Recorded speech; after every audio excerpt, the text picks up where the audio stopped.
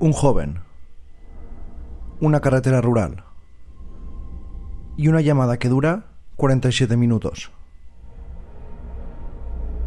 Una última frase que aún resuena en la mente de sus padres, que después os contaré. Hola a todos, bienvenidos. Esto es Lo que va 51 y hoy vamos a un caso de desaparición absolutamente increíble. Empezamos con el protagonista, Brandon Swanson. Tenía 19 años. Era un chico común, inteligente, curioso. Estudiaba energía eólica en el estado de Minnesota y vivía en un pequeño pueblo llamado Marshall. El 14 de mayo de 2008, Brandon celebró el fin de semestre con sus amigos. Nada fuera de lo normal. Condujo su coche de regreso a su casa ya de madrugada, pero a las 1:54 su voz sonó por última vez en un teléfono. «Estoy bien, papá. Solo me salí del camino. El coche está atascado. Creo que estoy cerca de Lind. ¿Podéis venir a por mí?» Sus padres enseguida se subieron al coche y fueron de camino a ayudarlo. Mientras conducían hacia él, el padre le dijo que no colgara el teléfono, porque así podría más o menos darle indicaciones de dónde estaba exactamente.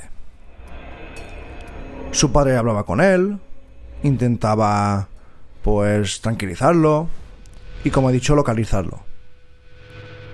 Brandon empezó a decir que veía luces a lo lejos y que caminaría hacia ellas mientras hablaban. Estaba ya más tranquilo y empezaron a hablar de cosas cotidianas, de la fiesta y de otras cosas sin importancia. Hasta que en un instante la calma se quebró. «Papá, estoy cruzando un campo. Ya casi llego a las luces. Ten cuidado, hijo, no vayas a caerte o a lastimarte». «Oh, por Dios». De repente, la llamada se cortó. Y silencio.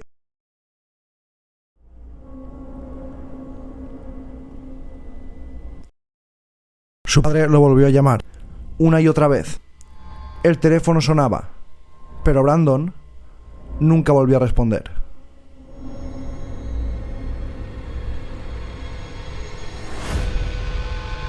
El padre empezó a buscar por la zona, llamó a la policía y la policía empezó a buscar al día siguiente, al cabo de un par de horas, a Brandon. Y el coche efectivamente fue hallado en una zanja, pero no cerca de Lind, como él decía. Estaba en Taunton, a más de 40 kilómetros de distancia. ¿Cómo era posible que estuviera tan desorientado? La zona era plana, sin obstáculos. Brandon se conocía esos caminos. A lo mejor iba un poco perjudicado por el alcohol, pero por el teléfono el padre dijo que no parecía que fuera bebido. Era extraño.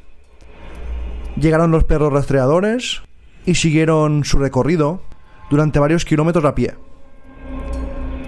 El olor que desprendía su cuerpo, la ropa, pues los perros lo pueden seguir, los perros policías están entrenados para eso. Y los pueden seguir durante kilómetros. Pero de repente, a la orilla de un arroyo, ese rastro acabó en seco. No había huellas, ni huellas hacia una parte, ni hacia otra, ni huellas regresando al coche, ni sangre, ni ropa, ni su móvil, nada. Absolutamente nada. Desde entonces surgieron muchísimas hipótesis. Que cayó al agua, pero se hizo una búsqueda de todo el arroyo y no había restos. Otra teoría es la teoría del crimen. ¿Y si alguien lo recogió en el camino?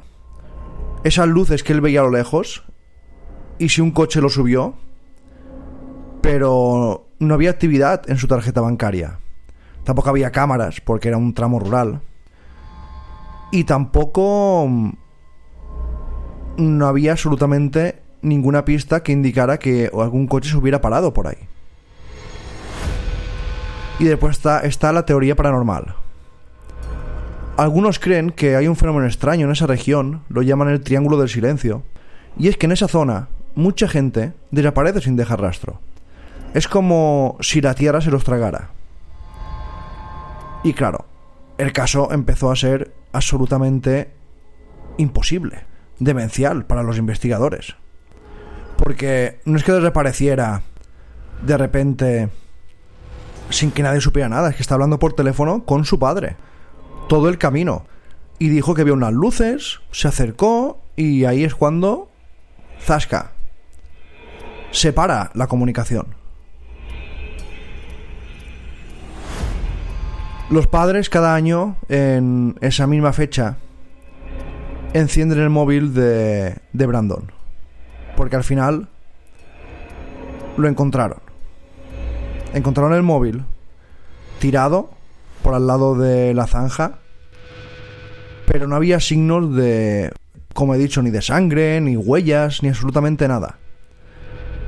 Y cada año pues los padres lo encienden por si Brandon pues vuelve a llamar.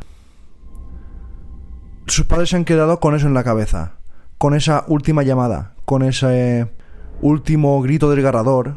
Oh no, por Dios. Y no saben qué pensar.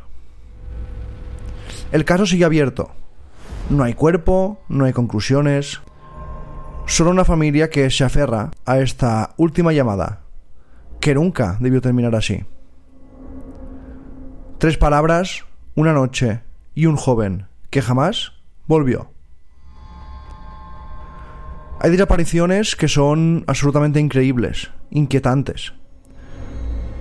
Por lo que dejan, está claro, porque ya no tienen el ser querido, pero también por las respuestas que están en el aire. ¿Qué ocurrió? ¿Qué le pasó? Lo más normal sería que alguien lo hubiera cogido, lo hubiera secuestrado y quién sabe lo que ha hecho con él. O también, como desapareció a lo de una zanja de agua, a lo mejor podía haber caído ahí dentro. Y por eso dijo, oh por Dios, cuando a lo mejor el suelo cedió, el móvil se le cayó y se cayó ahí dentro. Pero es que buscaron y no encontraron nada. Y lo extraño es que Brandon decía que estaba en Lint y encontraron el coche a 40 kilómetros.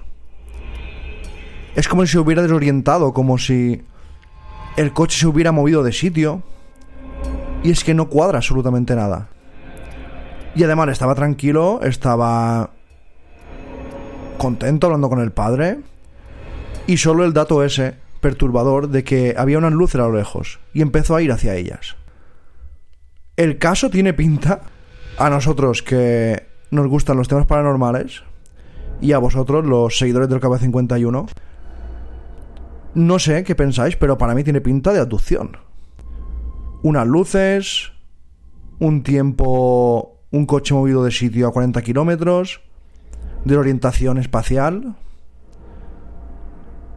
y de repente Brandon no está.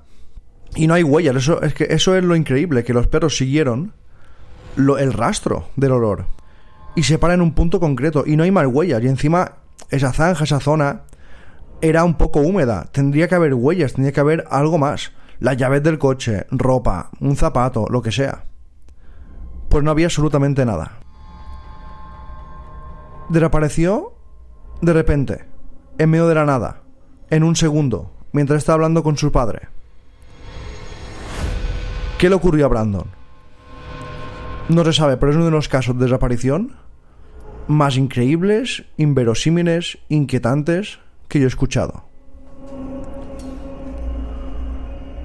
Espero que algún día se sepa qué ocurrió con Brandon y su familia pues aún sigue aferrada a ese teléfono, aún sigue revisando sus teléfonos a ver si Brandon llama, pero hasta ahora no hay ningún tipo de contestación. ¿Qué le ocurrió a Brandon en esa zona rural, deshabitada, tranquila, que se conocía de memoria? ¿Y por qué se cayó? Otra pregunta es ¿por qué se cayó en la zanja? ¿Se durmió? Borracho no iba porque el padre decía que hablaba completamente normal, que también le dijo que no tenía sueño, que estaba bien. ¿Por qué se cayó en esa zanja? Si algo lo hubiera parado, hubiera desaparecido en ese momento. Pero es que fue caminando hacia unas luces. Y es que las preguntas se vienen a mi cabeza constantemente. Es que no hay explicación posible. A no ser que un coche lo recogiera, esas luces que vio a lo lejos, y se lo llevara. ¿Quién sabe? Pero Brandon Swanson no ha vuelto a aparecer ni a hacer ninguna otra llamada. Gracias a todos y hasta la próxima.